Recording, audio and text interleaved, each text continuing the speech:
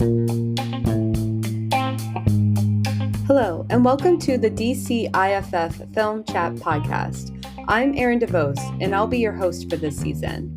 Join us for insightful interviews that explore the work of up-and-coming independent filmmakers from all over the world. If you're passionate about film and keen to learning about the creative process from the future cinema greats, this podcast is a must-listen for you. Our mission is to provide listeners with the engaging and informative conversations about successful and innovative films, including features, shorts, documentaries, animation, and web series from across the globe. The DCIFF Film Chat Podcast is a unique opportunity for independent filmmakers to have their voices heard in a way no other film festival can provide.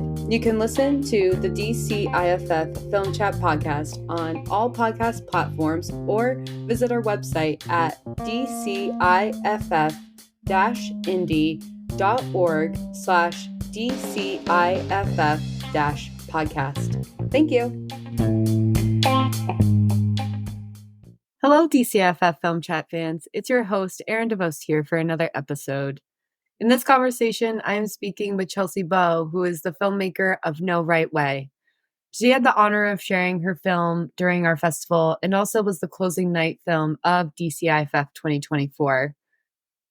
Even though this was our last interview for this season of DCIFF Film Chat Podcast for 2024, we learned so much from Chelsea in the ways that she has gone about through her work experience in the industry, as well as navigating the space with her husband and also being able to share the true humanity that comes in with filmmaking.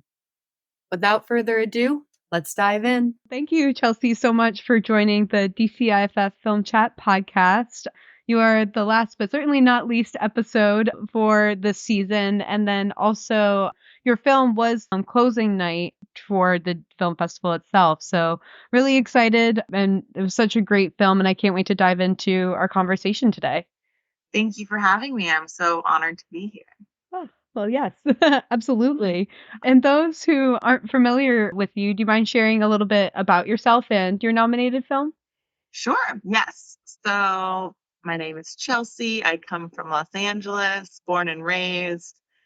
I have made a living directing commercials out of college. And then I've been lucky enough to produce 3 other films outside of this one, but this would be my feature directorial debut.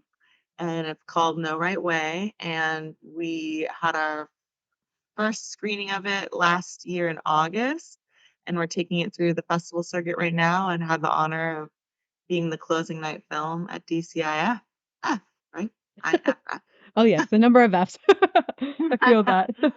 Oh, well, that's super exciting. And, congratulations also to like all the success that you've, built in through your career. And yeah, definitely would love to expand or learn more about it. You mentioned that you started off working in commercials. What made you ultimately want to translate and to go over to film, well, more feature film, I should say? Yeah, I mean, I think the goal is always to do more narrative work, but commercials were just, what I found immediately paid the bills. And as of the current moment that I'm in right now, directing features is draining my bank account, not filling it.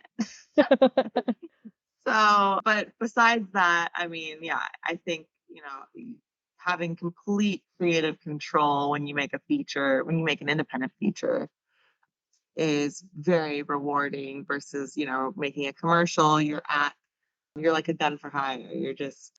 You're at the whim of whatever the agency and the client want. And of course, there's plenty of opportunity for creativity in that. And I really have a good time doing it. And I always find a way to kind of incorporate my voice into whatever I'm directing. But, it's not, there's so much more that I want to do. So yeah, that's kind of, I mean, I've been trying to make a feature for years. So it's just exciting that I finally did it. And yeah, we stopped waiting for someone to say like, "Oh yeah, I'll pay you to make a feature," and we just did it ourselves, which is very expensive, but now we can say we did it. Yeah, no. I mean, you're being a go-getter by just like, going after it and being able to, create, motivate, and then ultimately go for it. So that's awesome. And Yeah. what ultimately inspired you to create No Right Way? Well, I had written another feature that I thought was going to be my first feature that was more of a commercial comedy. And I kind of realized that commercial comedies aren't really the type of films that do well in the festival market. And I was going to have to probably make a more personal story. And my sister and I went through, my half sister Alana and I had went through kind of an intense weekend together. And while it was happening, I was just, it's one of those things that happens in your life where you're like, this just feels very surreal. And yeah, I'm like, am I gonna wake up from this weird dream? Nope, nope, this is life. So that was a very like visceral moment in both of our lives. And I just was like, I really feel like there's a story here that could be told that people could relate to. And I reached out to my little sister and asked her if she wanted to be a part of like working on it with me. And she said she was down. So I spent the next like 3-ish years working on the script, writing, rewriting, and rewriting and rewriting. And of course, the original story, or the first script I wrote was closest to the truth. And then what it is now is its own thing, but definitely inspired by our experience. Hmm. Definitely. And I always love when film or, certain stories can come out like into, well, I say the reality, but in through film ultimately. And it's unique, especially what I feel like, what women as women we're going through today, like the dynamic that you have with the sister in the film and you act in the film too. And so Yeah. being able to play these many different hats and within is just very, very talented of you to do. Oh, thank you. Yeah. It was a lot. It Oh, was a lot. And yeah, I wrote it and, was planning, obviously directed it, and I wasn't planning on acting in it and I wasn't planning on editing it, but it just happened. The editing was kind of like a financial decision. Didn't have the money to pay somebody else. And I also, I edit most of my work and I kind of envisioned having like an assistant editor or something, but it just didn't happen and I ended up doing it all. But I think it's like rewriting, especially because our movie is improvised, the dialogue is. So yeah, I have a 40-page outline. Each scene has its arc. Each scene has its beats that we need to hit, but giving the actors the freedom to use their own words.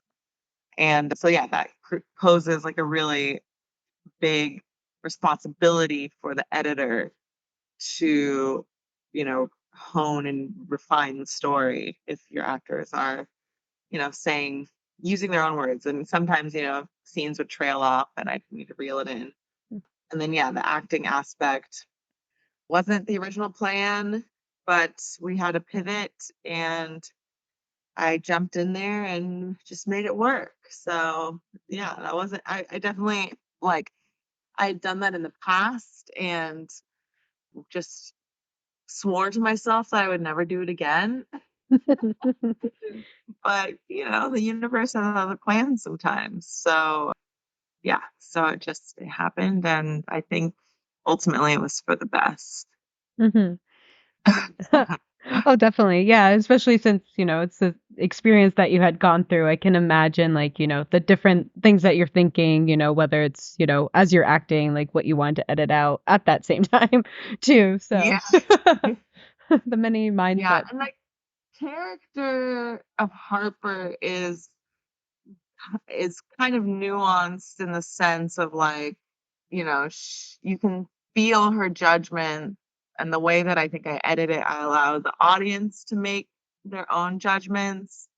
And then having her also, it's like this dance that she does of like wanting to be liked and trying not to step on toes, but trying to put her foot down. And it's this very delicate dance that she does.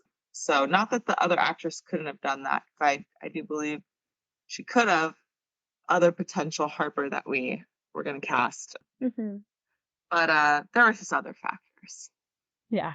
No, makes sense. And you never know until in the moment. So totally understand Yeah. that.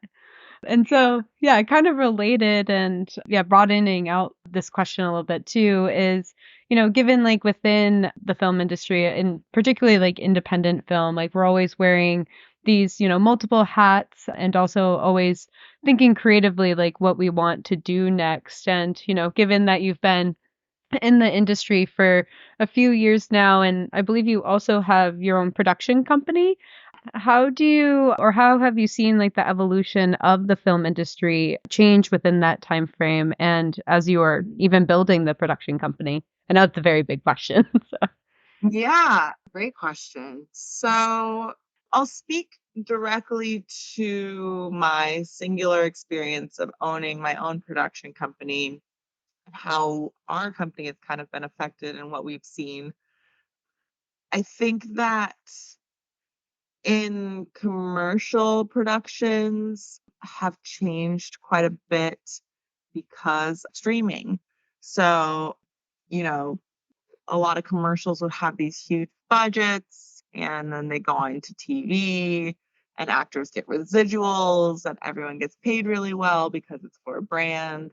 And not to say that's not still happening, but because things have shifted to streaming and online, a lot of brands are getting away with not having to put as much money into their advertisements and kind of avoiding SAG and all sorts of fun little loopholes.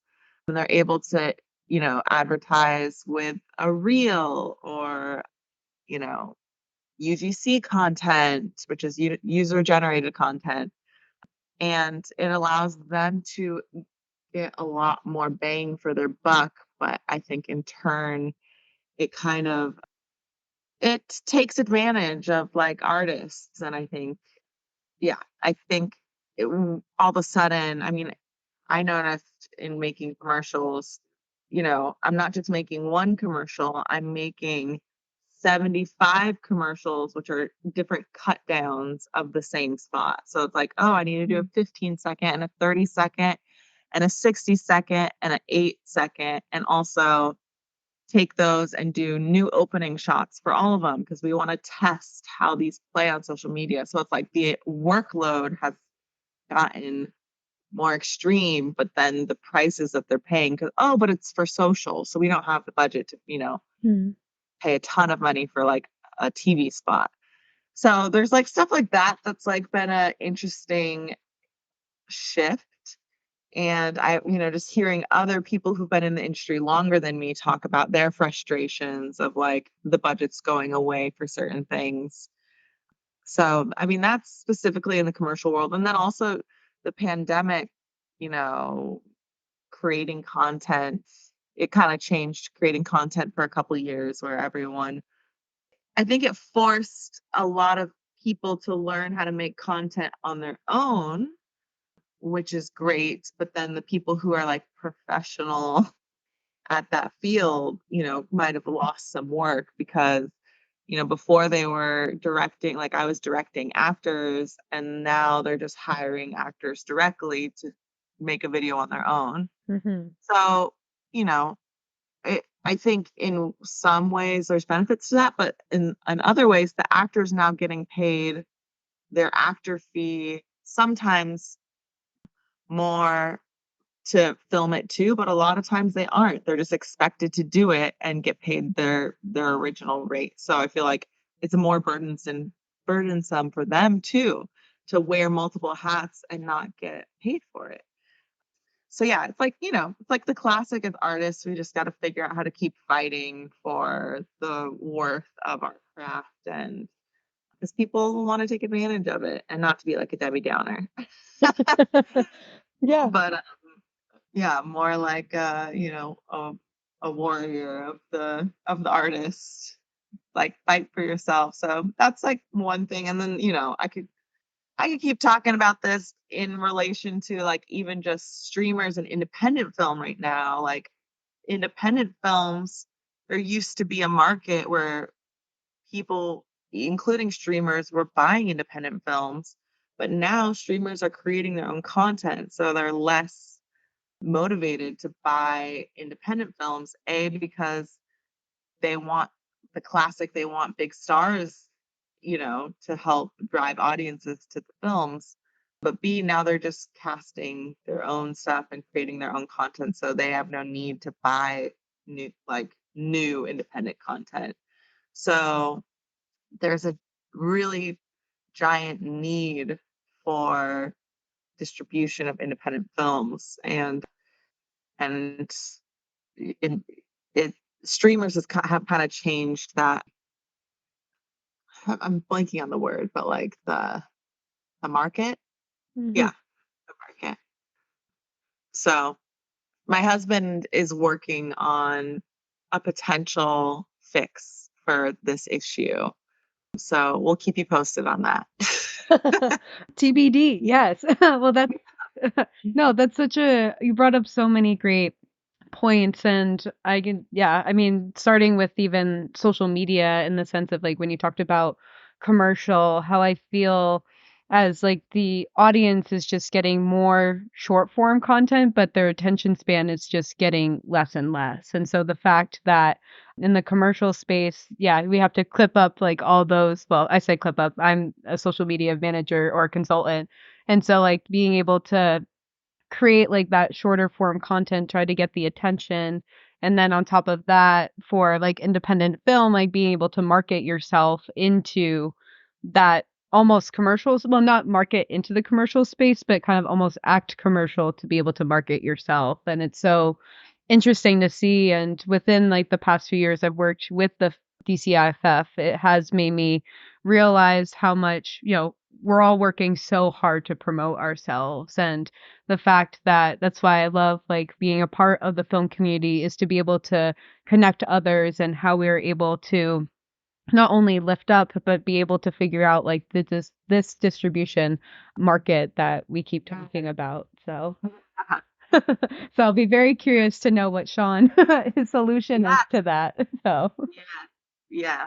We will hopefully be announcing sooner than later, so stay tuned. yes, absolutely, we will be. Yeah, yeah, because there's definitely a giant need, and I do believe, like, yes, audiences' attention spans are getting shorter in many ways. I think it's more like shorter for like advertising. I think what there's like like we're so aware of the advertising, I believe. So it's like the awareness makes us annoyed to it and want to turn it off. So it really has to hook our attention Hmm. if we're going to stick around for that ad, because there's so much other content we can consume. But I also believe, as far as like long form content, features, episodic, it's like people actually want to stick around longer for stories. They want a story to last, seasons. So there's definitely room for, long, good stories. And I think people are also really hungry for like independent stories. I think we're all a bit sick of like the cookie cutter, sorry, but Marvel films and, you know, giant action films. And, they have their place and they're entertaining. But if that's all that's out there, then it gets a little stale. So Hmm. I know that the audiences are out there who want to consume these independent films, but there's just not a clear place for them to go to find them, and the good ones, because there's also a lot of, people learning and making movies that are, you know, not amazing. There's like, a gem in there, but Hmm. I think, you know, gotta weed out the gems and serve them on a platter for the audiences who are ready to consume them. Yeah, no, and that's such a good point too. And which thought that came to mind as well is I feel some you mentioned like the cookie cutter ones, like where for me, like as an audience member, like I'm getting sick of kind of like the remakes, and I feel you like with Marvel and like those bigger movies because it's just kind of like I get it. Like that's literally all I can say in my mind. It's And just they're done that. exactly. And so, and like I just saw recently how like HBO is launching like a Harry Potter series that's going to extend for 10 years. And yes, I am a big Harry Potter fan, but do I want it to expand into, my other half of my life? Maybe not, like type of thing. So I feel you on like, the need for just having like a platform for indie films to really thrive, but also how to be able, yeah, to just really market that. So, Yeah. yeah. Yeah. Oh, Yeah. And like, uplifting untold stories and presented voices. Like people want to hear those stories. The other stories have been heard, they've been told. Like you said, we get it. yes. So it's those unique stories that come from all corners of the world, and they're human stories. And I think ultimately it's fun to connect. I think it's like that's the beauty and magic of storytelling and film, is like finding the humanity in the differences. Like you might have somebody from a completely different part of the world, and yet you can relate on some human level, and that's like the connection that I think audience love and crave. Yeah. No, definitely. And that reminds me to also ask, like, and maybe this is part of your answer, is what would be like your biggest advice to share with filmmakers who are either starting out or just, yeah, just getting into film? It's funny because I think this goes for, yeah, artists, filmmakers, all of the above. I was just texting my friend about this today. Is an incredible poet, and I'd shared her poem with someone, and they were just saying how moving it was and how it made them feel. And I sent that message to her. I screenshot it and was like, "Look at how your poem is being received." And she said, "Thank you for sharing this with me, because today I got a rejection letter from a publicist." And it just reminded me how much rejection I face in my career, and how it's never talked about. It's like we post about all the festivals we get into and all the awards we win, but we don't post about the 40 festivals we didn't get into. Yeah. So I think that was just on the forefront of my mind today. And I was thinking how I wanted to share that with other artists and filmmakers. Like rejection is just part of the deal. And like you cannot get hung up on it, and you cannot let it define your work. There's so many other factors that play into why you got rejected. That does not mean that your work isn't good. And actors know this too. Like they might go in for an audition, they might nail the audition and not get the part, and it might just be because they're an inch taller than the other actor and they want them to be, the same height or whatever.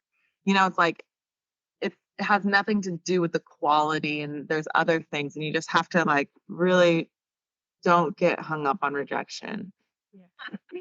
That's my advice. Is keep pushing on and don't let it, yeah, like I think, on the other hand, is like be open to notes and growing and getting better, obviously. But like don't stop because you get a no. Yeah. No, I think that's really key. And I feel a lot of, as you mentioned, it's not really talked about our rejections, and we just glorify the positivity. And as much as we do love and feed into that, like we do need to, feel what the rejection is. And also it can be out of our control sometimes Yeah. as well. So I And think it's that's so really well said. normal and it's so part of the process. Like I think Yeah. that's the part, is like it's not normalized enough how much rejection happens. Hmm. It's like if you've been rejected, cool, like great, congratulations, like on to the next one. Right. It's just part of that process. You have to get rejected. You're not always going to get a yes. So it's like it's part of the growth process. And another great example of that is when Sean and I were first starting our company, and we were pitching. There's this company called Tongle. I don't know if you're familiar. Hmm. They're great for up and coming filmmakers. You can pitch to them for Are you familiar? I am. Yeah, I'm actually going to put in the show notes too, so that way listeners know. Yeah, and Sean and I were able to build our reel by working with Tongle for a couple years. And again, it's one of those things where it's like, I love Tongle and I don't love Tongle because I feel like I was used and abused through their system. However, I was able to grow my reel and my portfolio, and I did that through them. So for that, I'm very grateful. But one year, Sean and I applied to, I think, over 100 projects. We made it a full-time job. Oh, wow. We applied to, like pitched to 100. I think it was over 100 different live action commercial projects. And we got maybe 10 of them. And I think that's a great lesson in rejection is that, like, if you want to have that success, you have to deal with 90 no's to get 10 yeses. Yes, that's my little story. Yeah. No, I mean, like, keep on keeping on, like, keep pushing through. And yeah, no, I agree. And very well said.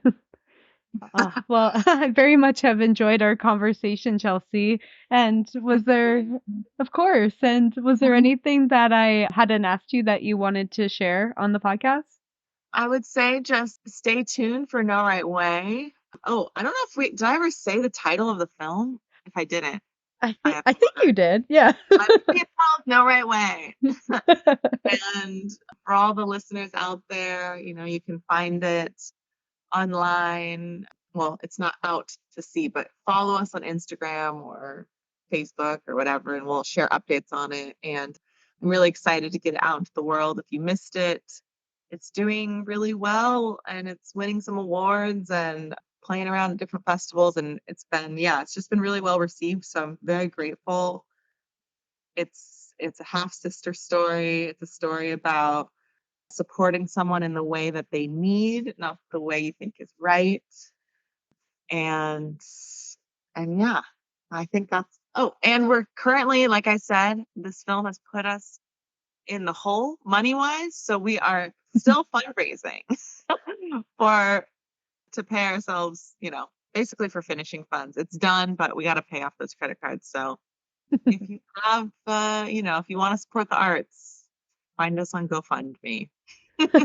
Absolutely. I'll include that link in the show notes as well. And, echoing to what you said, it is a really well done film and it's a really beautiful story, and I appreciate you sharing and also coming out to the film festival as well. So thank you so much. So fun. I love DC. That was my first time in DC. Oh, wow. And it was just not what I expected in all the best ways. So I can't wait to come back. Yes. Well, we would love to have you. So absolutely. And thanks for this beautiful chat, Erin. Mm-hmm. Thank you, Deirdre. Good. I'll definitely add that in. Fantastic. This podcast is brought to you by the DCIFF supporters. We could not be here without all of you to be sharing this amazing outlet with filmmakers from around the world. If you are interested in supporting DCIFF, head on over to our website through the link description in the bio of this episode, or you can go right to the website, which is DCIFF-INDIE.org, to connect with us and learn more about our Future of Film programs, our festival, and also more educational opportunities in what we do with our high school students, community, and beyond. We look forward to your support.